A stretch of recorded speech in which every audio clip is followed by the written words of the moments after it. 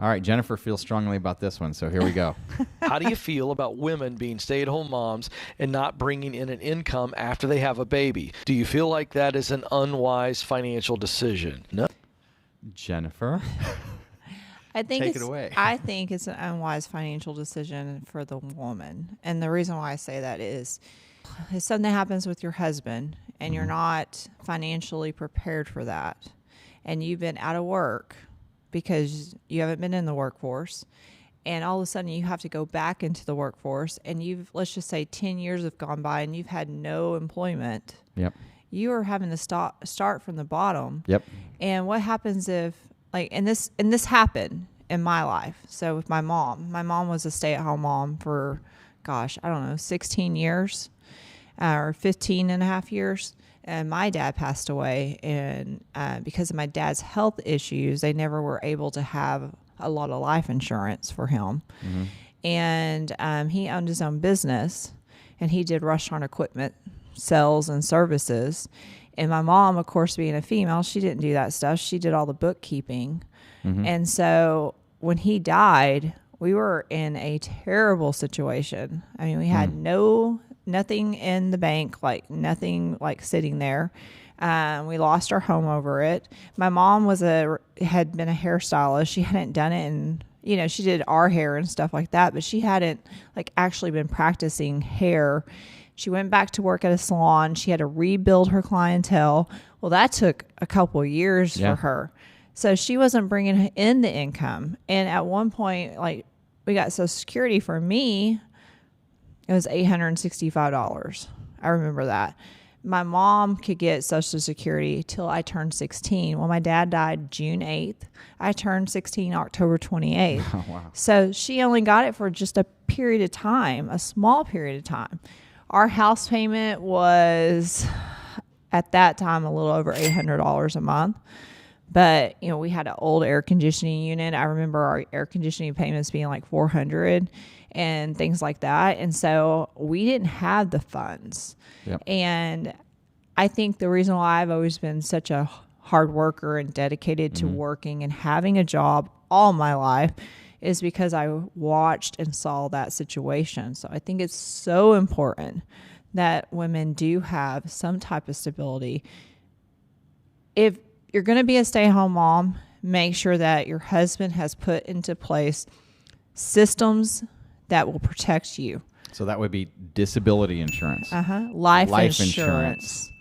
And financially prudent investments and things like that. Take care and have that emergency fund. Because Social Security is not the only thing you can rely on. Mm-hmm. You're only going to get that for your kids until they're 18 years old. If they drop out of high school at 18 years old, it stops. Well, if they graduate high school, it's going to be bankrupt in a few years anyway.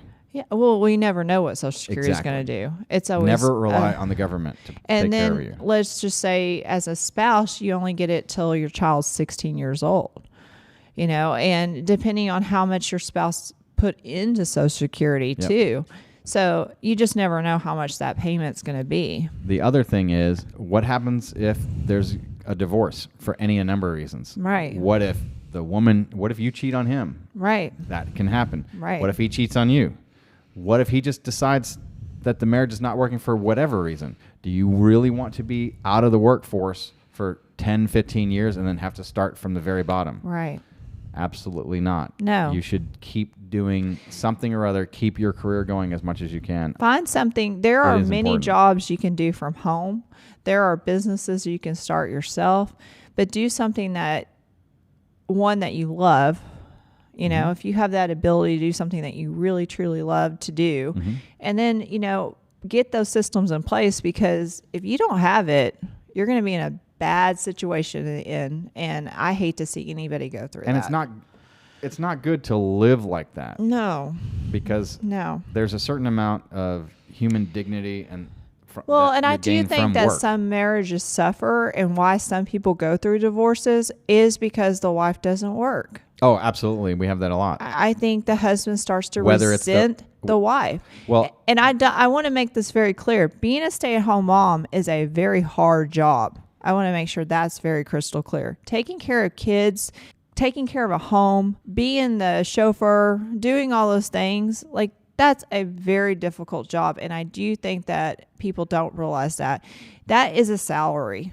If you sat there and calculated the savings, you're not paying daycare and you're not doing this and this and this, you don't have a housekeeper or whatever else, and you add all that into it, that's a salary that someone's making. But unfortunately, a lot of people don't look at it like that.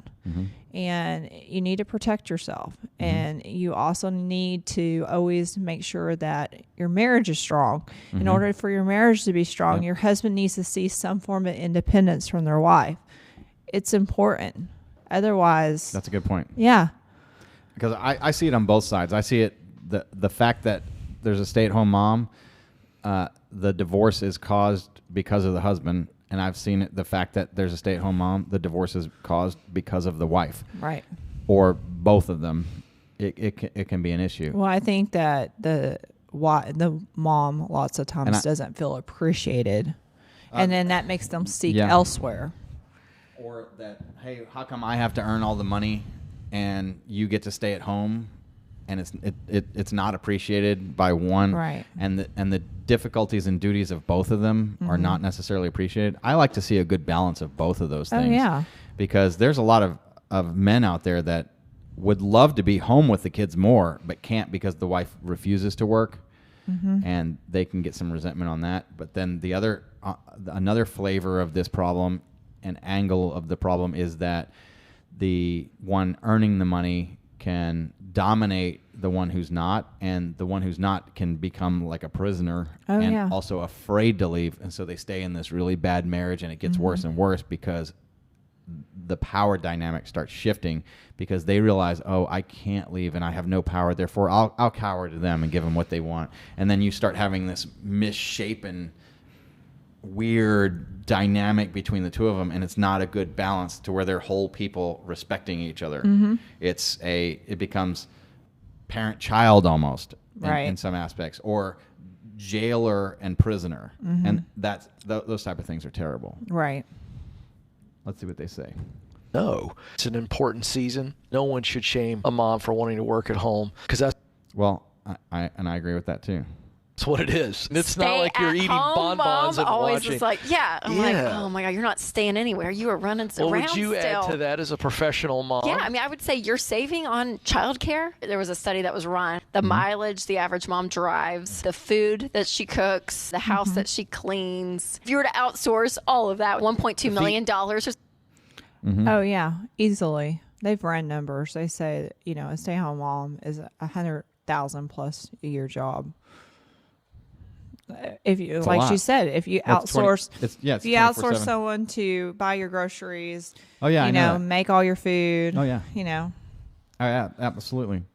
And me having people that have to do all that stuff for us because of how much time and attention that we devote to this podcast, and more importantly, the law firm and other businesses and things that we run, all of the things that we do, I have to have people that run every aspect of my household, because I can't do it. I can't get to it. And Summer works for all the businesses too. And so she can't do it and she can't get to it. And she is basically a stay-at-home mom. I'm a stay-at-home dad, I suppose, because I work from home. She works from home. And she's always taking care of the dog, and she does a lot. And I don't help a whole lot with the dogs. I mean, a little bit, but she's the one doing the work with them. I work remotely and work from home, but I still, Oh, yeah. Go get my kids and cart them around and do all those things and make dinner and I know that laundry you probably are. First off, you work from 6 o'clock in the morning until 1 o'clock in the morning most days. 7. I wouldn't say 6 o'clock in the morning. It's probably more like 7:30ish or so. I usually rest start my case. Looking at stuff. I know how often I've been chatting back and forth with you about business things at 1 in the morning. So, plenty of times at 11 p.m. and midnight, almost routinely. Yeah. So, all right. Well, this is the Lawyer Dana Show. Yes.